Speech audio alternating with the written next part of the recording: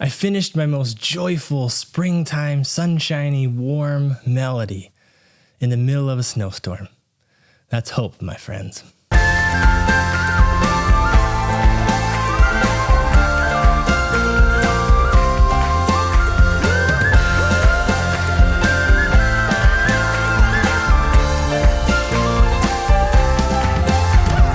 Welcome to Wild Songs, a podcast for the curious misfits. I'm super excited to share with you a song that doesn't really fit the mold. It's over 7.5 minutes long. It's full of poetry and words that don't rhyme. I'm singing it in a whole different register. The form of this song is very different.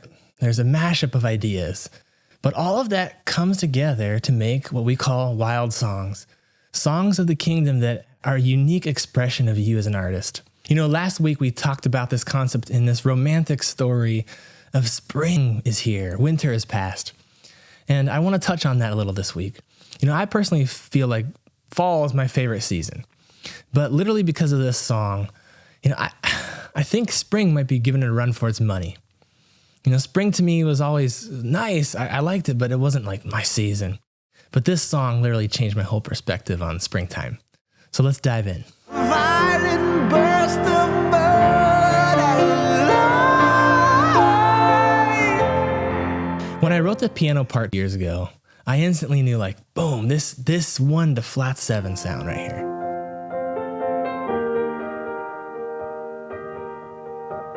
That's spring. And then maybe a year after that, I wrote the melody line for the whole bridge, which is very different than what happened before. And this happens to me. I write different parts of songs in different seasons, and I put them together. But it was such a joy for those two drastically different parts to work, to come together. When I came to writing the lyrics, as I almost always do last in my writing, this concept of spring went way deeper than I imagined. Caught between the dark, cold, and bitter months of winter, and the raging heat and drought and even fires that can wipe out plants in the summer, there's this small window of time where life happens. And it's the most fragile and precious, beautiful thing. You know, it's not a guarantee. It's a struggle. But what an amazing thing this life is, this springtime that happens. I like this idea from Rebecca Solnit of hope is not like a lottery ticket you can sit on a sofa and clutch feeling lucky. Hope is an axe you break down doors with in an emergency. And I like this idea that hope isn't this nice, sweet thing. It's a freaking axe. It bites, it breaks through, it chops down. It's fighting for something. And that's what these seeds are doing in the springtime. These seeds in this song, they have every reason to die. Here we are as humans. These rough, young seeds that fight our way to the surface, fight our way through the earth. And against all odds, we grow and bloom and reach towards the heavens. You know, I think there's something so profound about hope that we carry. No other creatures have this wild fighting hope. But here's the thing. I think we fight for much more than survival. It goes way beyond the concept of survival of the fittest. Like the hope that we carry isn't just to be alive physically. Hope at its core, in the deepest parts of us, is like wanting to be truly alive, fully alive, radiant, shining. And we all know it. Human beings know this well. Marianne Williamson says it like this: we're all meant to shine as children do. We were born to make manifest the glory of God that is within us. We weren't just born to live and die. We were born to make manifest the glory of God. You know, I could not have finished the lyrics of this song if not for two things that happened like days before I was supposed to release this song. The first was I had a real young miracle in my own family. Our daughter Amethyst was born. And I don't say that phrase, young miracle, lightly. Like it's a cute little phrase, like, oh, sweet angel, a cutie pie. No, like I really do mean a miracle for what it is. Something that can't be explained by natural or scientific laws. It's the product of the divine. And you might go, wait, hold on a second here, Kyle. Like, we know how biology works. We know how reproduction works. You can explain babies. But man, the more I begin getting in touch with our humanity from an artistic side, it's like, no, we can't. Like we can talk all day about how complex but beautiful this process of biology and DNA and reproduction happen. Of course, there's a natural explanation for why my daughter was born. But those laws, those mechanisms of biology, they're not able to grasp the soul, hope in one's eyes, the propensity towards art, the imagination, the mind, our quest to find meaning, our desire to be loved, our desire to love itself, I should say. Like there's most certainly a divine explanation for why we love or why love exists at all. And that explanation can't be found outside the definition of a miracle because it's not natural. We shouldn't be the way we are as human beings in a natural framework. We are miracles. Skeptics or unbelievers like, well, have you seen miracles? And I always say, I'm looking at one right now. Like I really truly look at people like, you shouldn't be here. I shouldn't be here. The fact that we're here, we're miracles. Think about it. Okay, so that's life in general and being human and the miracle of life. But I want to take it down to babies. And even saying that might sound a little awkward because like I talked about last week, in our American culture, we don't talk about certain things in music. We don't have songs about babies. We don't have songs about old people. And I'm saying as a generality, like we don't have room for these things in our culture, which is interesting because if you ask a ton of people in our country, like what's the most important thing to you? They'd say they're children. But you definitely don't write a song or have a song on the radio or have a pop song about babies.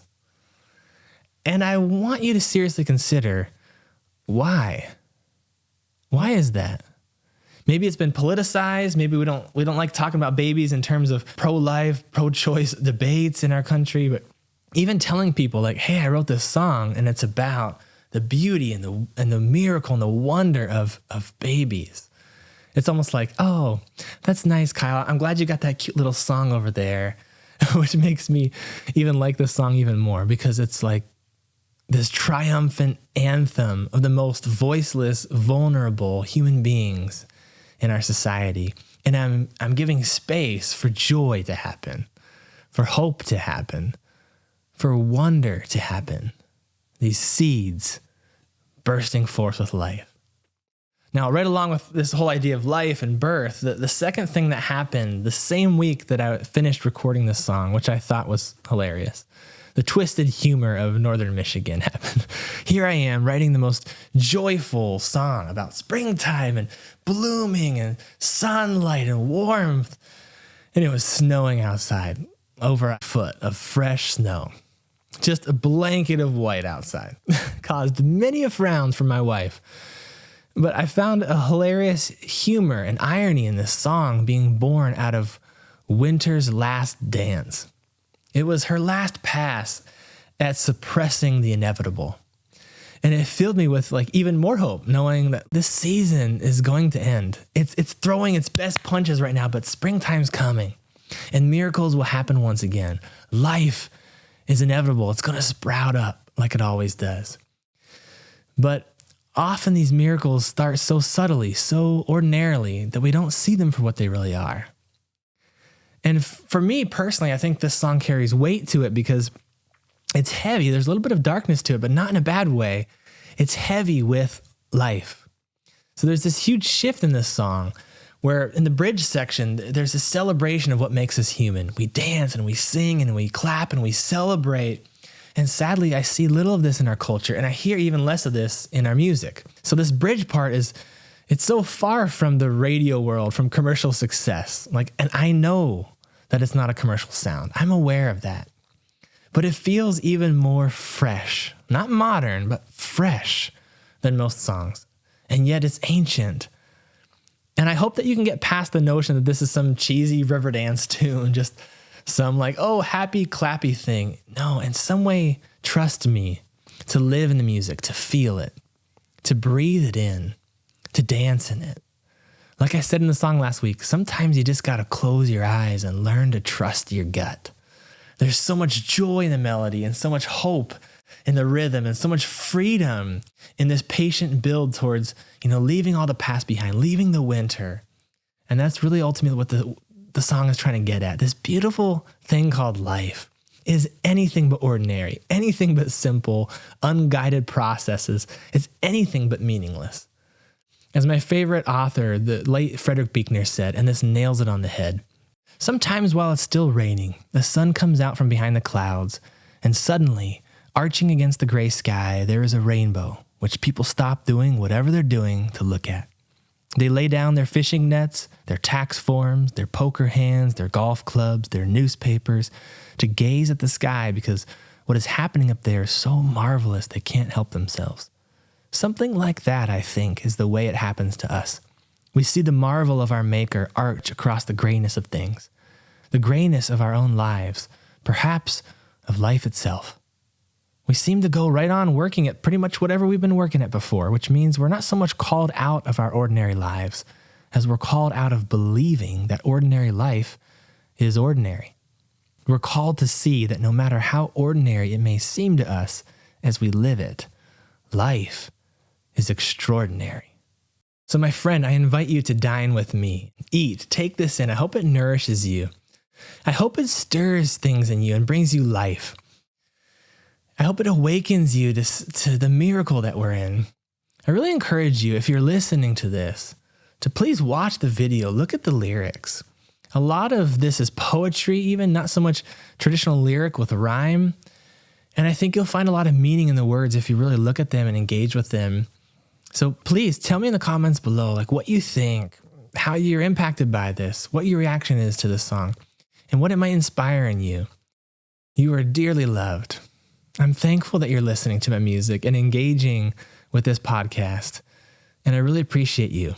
May you be called out of the grayness of things and see life for what it is, a miracle.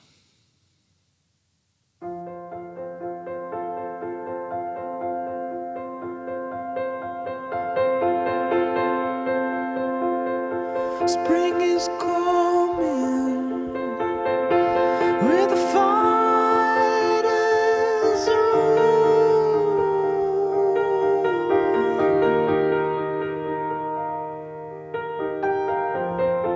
After morning's by, when warm showers come,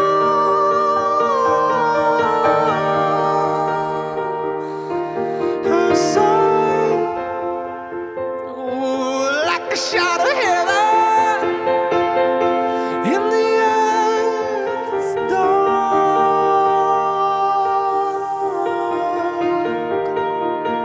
Oh, with its skin and the sea borne down to the core,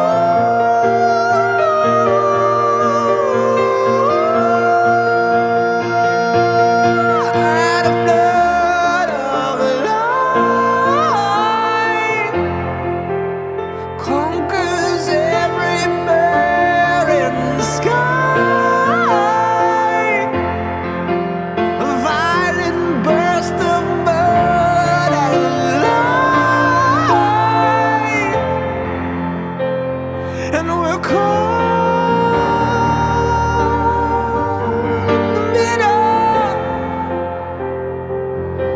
and we're caught in the middle.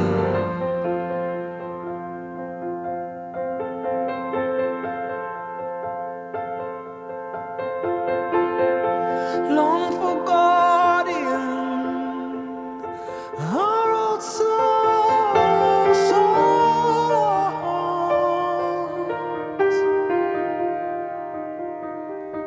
No, just the fragrant wind of the flowers.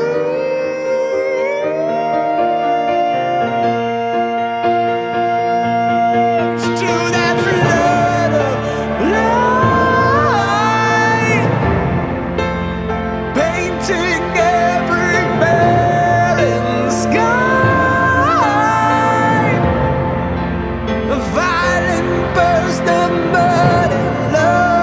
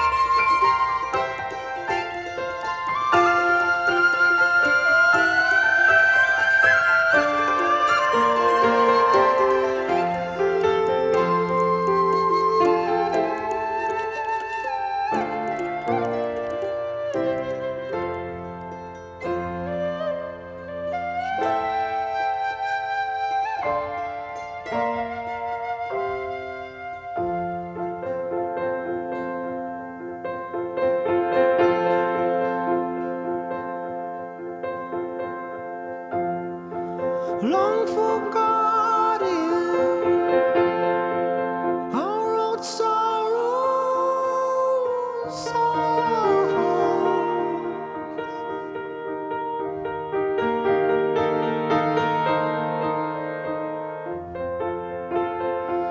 just the fragrant wind of the flowers reach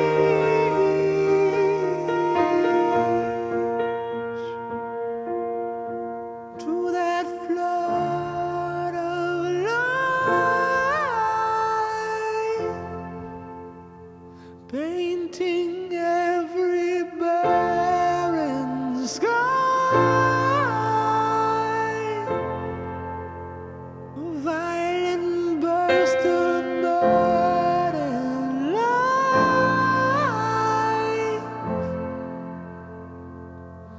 and caught in the middle,